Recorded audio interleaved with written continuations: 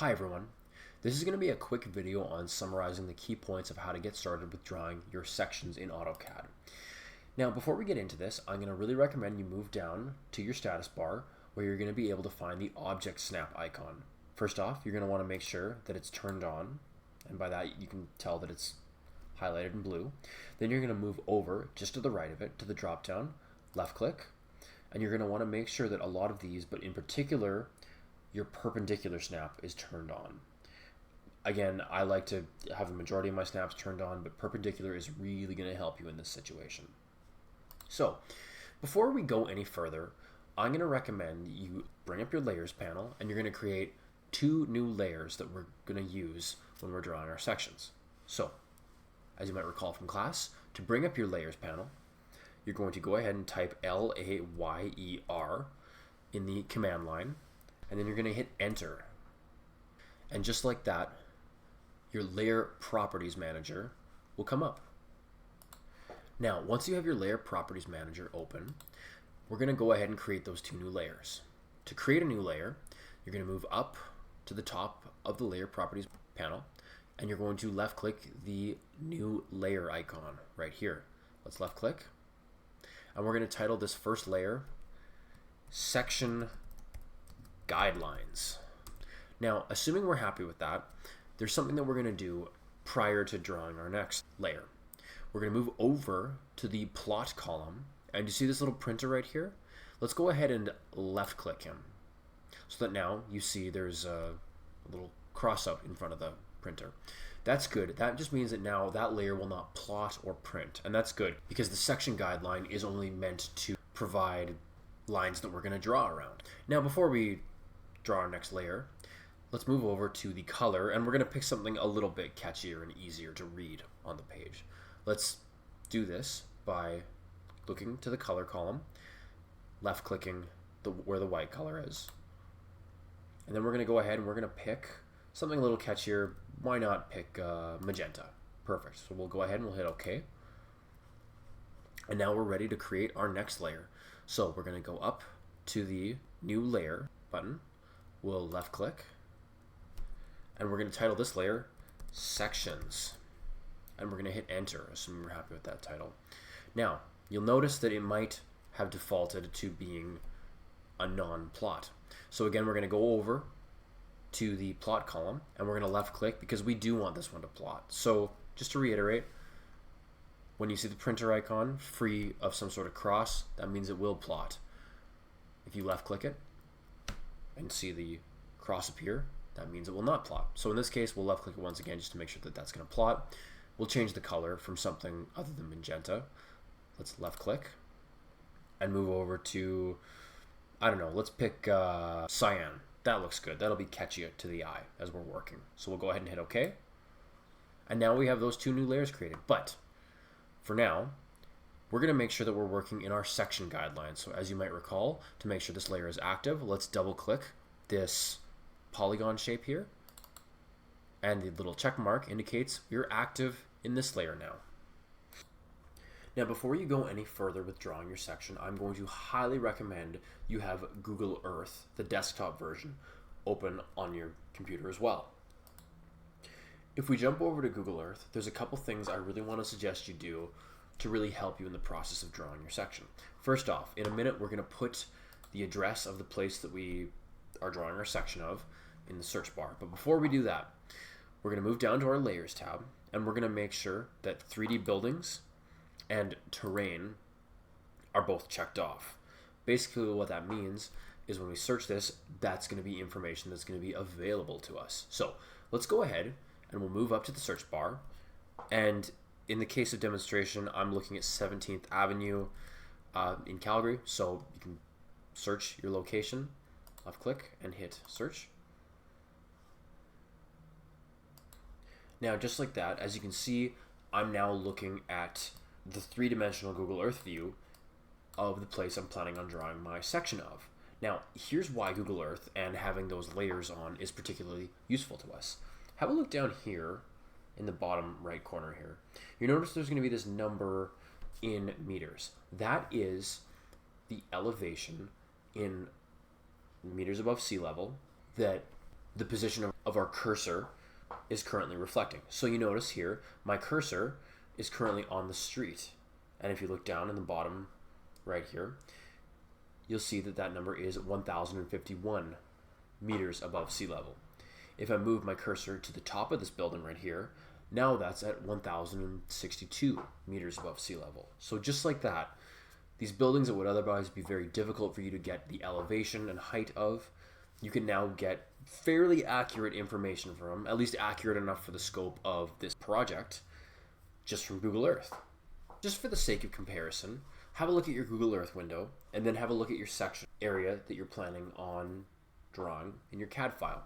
As you can see, just from looking at the building outlines alone, I can tell that I'm in the right spot, and this information I collect using elevations in Google Earth will help us. Alright, now it's time for us to get into drawing our sections. So once again, we're going to make sure we're currently in our section guidelines layer. So we're going to get started by drawing a line. To do this, we're going to initiate the line tool by typing L-I-N-E and hitting enter.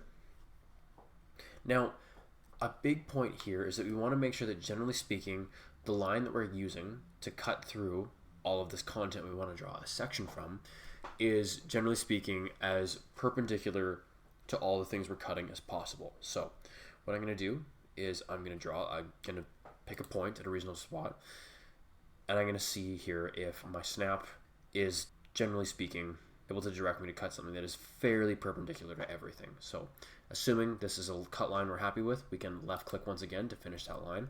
Perfect. And again, you can kind of use your best judgment in where the perpendicular line is there. I realize that most of your streets will not be perfectly 90 degrees. So again, best judgment will really help you here. Now, we're going to go ahead and zoom in here. Here's what we're going to do. We are going to demarcate every point on this cut line that a change in elevation happens. Whether it's cutting between building and sidewalk, or sidewalk and streetscape, there's going to be elevation changes attached with all those. And we're going to make sure that we are demarcating them. And here's how we're going to do it. We're going to move up to our circle command, as we might have previously discussed at this point. We will left click, circle. We're going to specify a center point for our circle. And in this case, we're going to specify it's going to be this point where the cut line cuts into the actual building on the street. So we will tap left click, drag out a radius, and we want our circle we're drawing here to be both noticeable but not so big and cumbersome that it's going to cause problems for us. So you pick a reasonable size and left click once again. Perfect. Now we're going to use our copy commands, and we're going to copy this exact circle so that it demarcates every point on this cut line where the elevation changes. So we will move over to our copy command. It's right up here on the ribbon. We will left click. We're going to select the object we want to copy. That's this circle. We will left click once again. If we're done selecting the objects we want to copy, we will hit enter. We'll specify the base point we want to copy from, and we want that to be right in the center. As you can see, it's demarcated right there. We'll specify that base point, and then we will move this copy, and we'll pick where we want to copy it to. So we're going to copy it both to this intersection where the cut line cuts into the curb. Let's left click. And then where's the next spot that there's a change in elevation in our cut line? Here's another curb where it shifts from streetscape to curb. So we'll pick this one. We will left click. We'll scroll down. We'll look here where the streetscape changes from curb back to streetscape. So we'll pick this point right here. We'll pick another point here where we see the streetscape changes back to curb and sidewalk. So this point right here. And then we'll see this point where the sidewalk shifts from sidewalk to the built form. Obviously there'd be a big elevation change there. So we'll pick that point too. Let's left click. And perfect. Okay, so just like that, we've now got a cut line, and we've demarcated on our cut line where exactly all of our elevation changes on our cut line happen. So perfect. This is what we need. Next, what we're going to do is we're going to select all this, and we're going to copy it over somewhere over here. And the idea behind this is we're going to make sure we're working in such a way that we're not getting all confused with any of our XREF in CAD lines. So let's go ahead and copy all this content. We're going to do a window select by moving up just to the top left of everything we've drawn in cut line. We will tap left click, trace over everything we want to copy. That'll just select this and won't select the XREF behind it. We'll tap once again. Then we're going to tap Control C. Control C will copy all of this content. Then we'll scroll out, move over to a nice big piece of open space, and we're going to hit Control V. Perfect. Once we've got Control V and we've specified a point we want to insert it, now we can look at rotating it so that it's got a ground plane that we can work from. Now, a ground plane in a section is really just the horizontal cut line from left to right that we're basing and extruding all of our elevations in the section from. So with that in mind, it's time to rotate this so that it is horizontal. Now, before we go any further with this part, I'm going to suggest you move down to your status bar and you pick ortho mode, or just tap F8 on your keyboard and turn ortho mode on, because your ability to draw a horizontal line here is really going to help you. So here's what we're going to do. We're going to move up to our line command, we're going to left click, and we're going to give ourselves a horizontal line that we can rotate all of this content on our cut line to. So let's get started. We'll pick an endpoint at the end of our cut line. We will tap left click and we'll specify with ortho mode on a nice flat horizontal line. This seems like a reasonable length. We will left click once again to complete that and then hit escape to get out of that line. Now we're going to go ahead and rotate all of this content to it. As we've covered both in class and in some past videos, we will tap left click, and again we'll do a window select by tapping to the top left of what we want to rotate. We'll drag over the content we want to rotate, tap left click, and now we're going to pick rotate. So now it's going to ask us to specify the rotate base point. So we want to rotate about this point here, because we want to ultimately rotate all this content down to be congruent with this line. So we'll pick this point, left click. Now for specify a rotation angle, we're going to go ahead and type R, or pick R down here for reference, because the reference command is going to really help us make this rotation precisely. So we will pick reference, left click. We'll pick our base point once again, because the command line is specify the reference angle. So we will pick both the base point that we want to rotate around, and we'll pick the point that we want to rotate from here. And then as you can see, we can rotate down and specify with our end snap that this is what we want to rotate to. So if we tap left click once more, now we've rotated that cut line so that now our cut plane is horizontal and we can start extruding some of our section elevation changes from it. Now let's go ahead and take a look at this first point that we have here that we've just rotated. This one right here. You'll recall that we just rotated this point from this point right here. This here was the point where the cut line cut into the building essentially from the street. So basically what that means is that this point is going to denote where the streetscape changes so that there is a building height accounted for. So here's how we're going to factor that in. Remember how I told you to go on Google Earth and find the street that you're doing your section cut line through? Well, here's where it's going to really help us. Just from this, I can see that the sidewalk has an elevation above sea level of 1,051 meters, but the top of the building has an elevation difference of 1,062 meters. That means there's an 11-meter difference.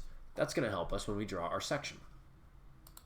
So we know that from this point, there's going to be an 11-meter protrusion that is going to essentially denote the height of the building. So let's go ahead and select our line tool, L-I-N-E, and hit enter. And we're going to specify our first point, and it's going to be this point that the cut line cut through. We will tap left click. We'll trace our cursor upward. And again, this is where it's good to have ortho mode on. And we're going to tap 11. By doing that, we're going to specify a height of 11 meters that this line will be. We'll hit enter. And just like that, now we've essentially denoted that elevation in this section that we've begun drawing. And again, if you want to, you can bring your cursor over here just to denote the fact that this is a building mass that we're blocking in. So you can essentially demarcate where that line terminates at your best discretion. Left click and hit escape. Now, assuming that you've been to site or you're just looking at an available standard, you might know that a curb height around 17th Avenue or wherever you're doing your section is like 6 inches from top of curb to bottom of curb. 6 inches might shake out to around 0.15 meters. It's good to have a calculator or something that can do conversions for stuff like this, but we're going to bring that dimension into our drawing right now. So we're going to select the line tool again. We will left click, and now we're going to demarcate that drop in curb height. So we're going to pick that point where we know that change in elevation happens. We will tap left click, and we're going to trace our cursor downwards, and we're going to punch in that number for the 6-inch curb drop, which is going to be 0.15. It might be different for yours. That's just the default dimension I'm using for my curb height. We'll hit enter, and just like that, we've now got that difference in height between sidewalk and street.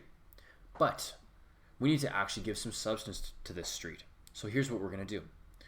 We're going to left click the ground plane that we have here, and we're going to use our offset tool. So we're going to type offset in the command line, and we will hit enter. We're going to specify our offset distance, and again, that's the height of the curb, so that's 0.15, and we'll hit enter.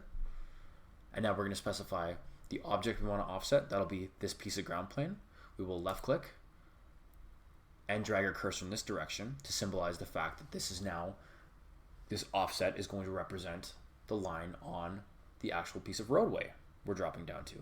Let's left click and hit escape. Perfect. But now it's time for us to use our trim command, because naturally we don't want this extraneous piece of line right here. So we'll type TRIM and hit enter for trim. And we're going to specify what we want to cut with. It'll ask us to select objects. So we're going to select both this line and this line. Let's left click and trace over to select all three of those lines. Once we've selected the lines that we're going to be cutting from and with, we're going to hit enter. Now it's going to ask us what line we want to specifically to trim away. We'll move our cursor up to this line here, and just like that, we can trim that piece and have that piece a little bit more cleaned up. Now let's move over to the other side of the street, where we also know this would also have a drop in curb of 6 inches or 0.15 meters. So once again, we'll pick the line tool. We'll specify that point in our cut line. Left click. We'll move our drop down to 0.15. Always good to punch in the numbers and be specific. Hit enter and hit escape once we're done drawing our lines. And again, we can use the trim tool once more. So TRIM, and the trim tool will help us clean that line up. You might have to specify T for cutting edges depending on what the configuration is of your current AutoCAD. So we'll hit enter. We'll specify the points we want to cut from and with, and hit enter.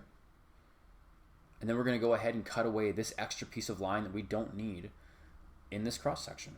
So we'll left click. So this is all looking good, but you'll notice something.